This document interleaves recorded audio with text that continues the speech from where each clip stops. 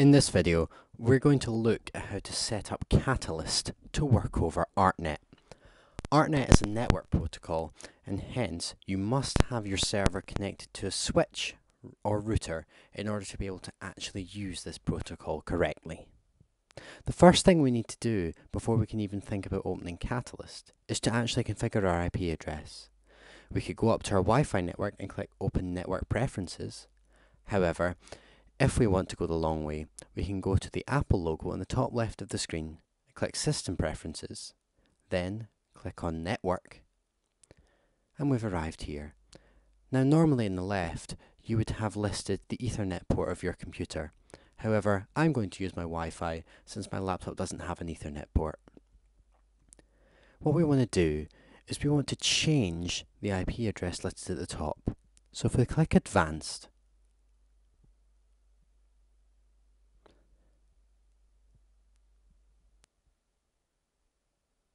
this will open the Advanced Network window. If we go to TCP/IP, we can now see the IP address that our computer has. What we want to do is change this from DHCP to manual. DHCP stands for Dynamic Host Configuration Protocol and means that the router at the heart of our network will supply my computer with an IP address.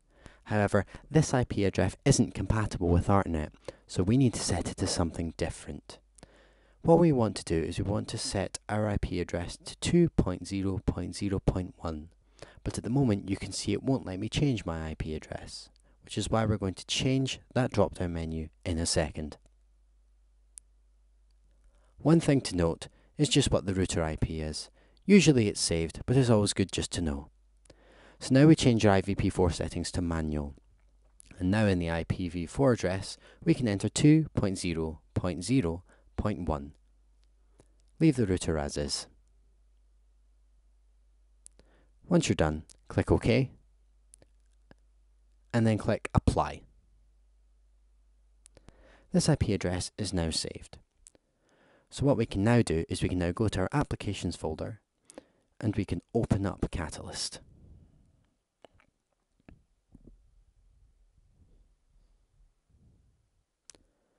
For this part, we don't actually need Catalyst to be open or full screen.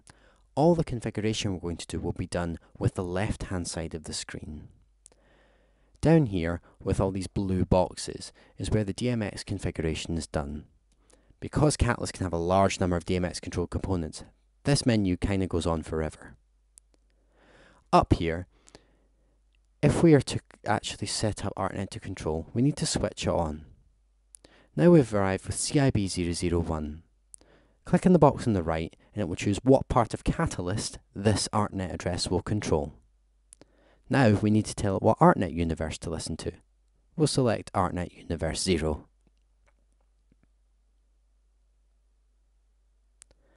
And to the right of that is the DMX address in that ArtNET universe.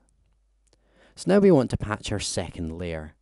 So we'll go down to the power button, flick it on, choose ArtNET 0, but this time we'll offset our address by 40 channels.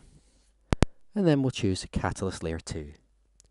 We can continue to do this for as many layers as we need to use in our show, all the way up to 32 layers for the entire Catalyst to be controlled over DMX and ArtNET.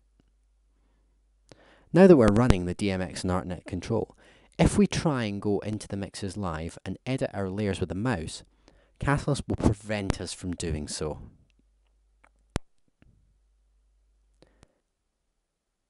However, any layers which are not on ArtNET will still function as normal. Happy plotting!